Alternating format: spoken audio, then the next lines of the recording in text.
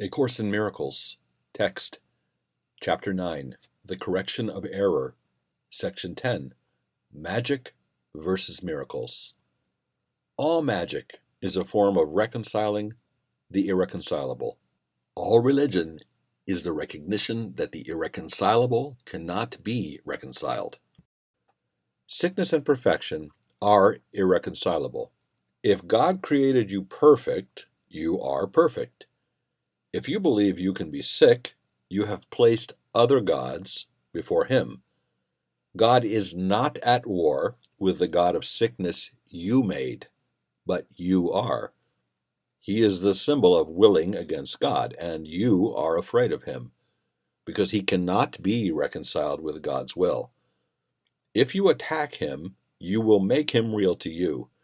But if you refuse to worship Him in whatever form He may appear to you, and wherever you think you see Him, He will disappear into the nothingness out of which He was made.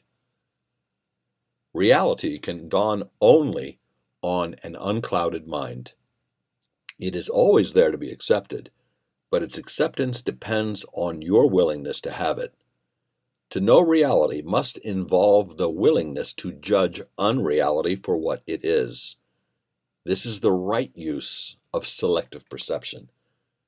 To overlook nothingness is merely to judge it correctly, and because of your ability to evaluate it truly, to let it go. Knowledge cannot dawn on a mind full of illusions because truth and illusions are irreconcilable. Truth is whole and cannot be known by part of a mind. The sonship cannot be perceived as partly sick, because to perceive it that way is not to perceive it at all. If the sonship is one, it is one in all respects. Oneness cannot be divided. If you perceive other gods, your mind is split, and you will not be able to limit the split, because the split is the sign that you have removed part of your mind from God's will, and this means it is out of control. To be out of control is to be out of reason, and the mind does become unreasonable without reason. This is merely a matter of definition. By defining the mind wrongly, you perceive it as functioning wrongly. God's laws will keep your minds at peace, because peace is His will, and His laws are established to uphold it. His are the laws of freedom, but yours are the laws of bondage. Since freedom and bondage are irreconcilable, their laws cannot be understood together. The laws of God work only for your good, and there are no other laws beside His. Everything else is merely lawless and therefore chaotic. Yet God Himself has protected everything He created by His laws. Therefore, everything that is not under them does not exist. Laws of chaos are meaningless by definition. Creation is perfectly lawful, and the chaotic is without meaning because it is without God. You have given your peace to the gods you made, but they are not there to take it from you, and you are not able to give it to them. You are not free to give up freedom, but only to deny it.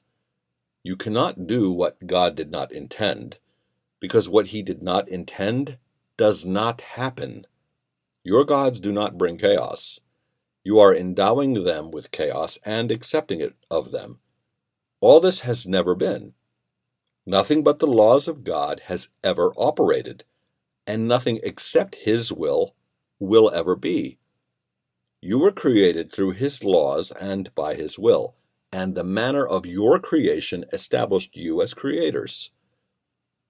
What you have made is so unworthy of you that you could hardly want it if you were willing to see it as it is. You will see nothing at all, and your vision will automatically look beyond it to what is in you and all around you. Reality cannot break through the obstructions you interpose, but it will envelop you completely when you let them go. When you have experienced the protection of God, the making of idols becomes inconceivable. There are no strange images in the mind of God, and what is not in His mind cannot be in yours, because you are of one mind, and that mind belongs to Him. It is yours because it belongs to Him. For ownership is sharing to Him. And if it is so for Him, it is so for you. His definitions are His laws, for by them He established the universe as what it is. No false gods you attempt to interpose between yourself and your reality affect truth at all. Peace is yours because God created you, and He created nothing else. The miracle is the act of a Son of God who has laid aside all false gods and who calls on his brothers to do likewise. It is an act of faith because it is the recognition that his brother can do it. It is a call to the Holy Spirit in his mind, a call to him which is strengthened by this joining. Because the miracle worker has heard him, he strengthens his voice in a sick brother by weakening his belief in sickness, which he does not share. The power of one mind can shine into another, because all the lamps of God were lit by the same spark. It is everywhere, and it is eternal. In many only the spark remains, for the great rays are obscured. Yet God has kept the spark alive so that the rays can never be completely forgotten. If you but see the little spark, you will learn of the greater light, for the rays are there unseen. Perceiving the spark will heal, but knowing the light will create. Yet in the returning, the little light must be acknowledged first, for the separation was a descent from magnitude to littleness.